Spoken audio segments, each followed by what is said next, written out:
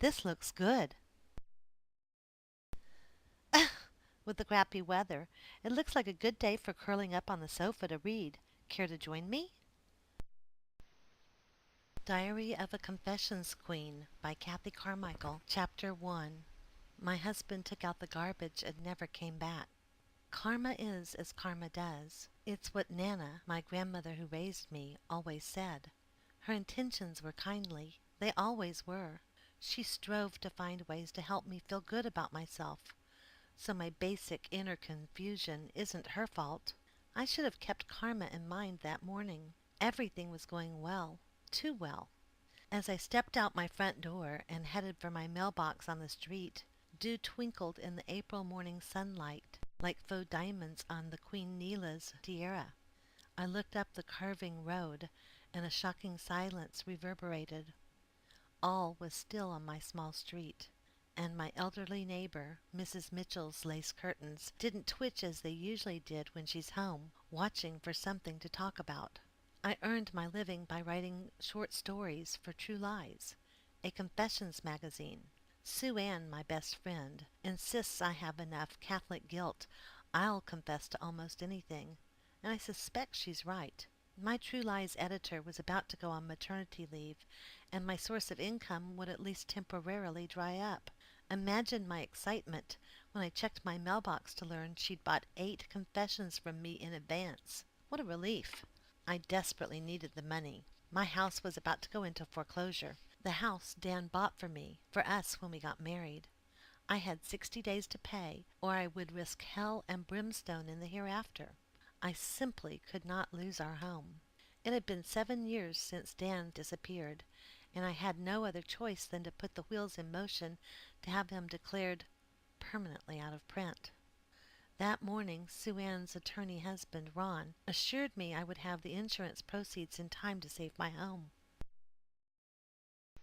Now, most people probably aren't as worried about facing the hereafter as I am, but they don't share my past.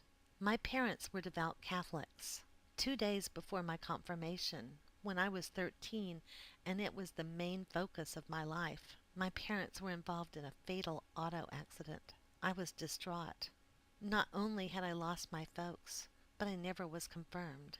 Instead, I went to live with Nana, who didn't believe in such nonsense. She was a spiritualist and believed in a totally different set of nonsense. Or not. As a result, I'm basically totally confused about the hereafter and have one leg firmly planted in each realm.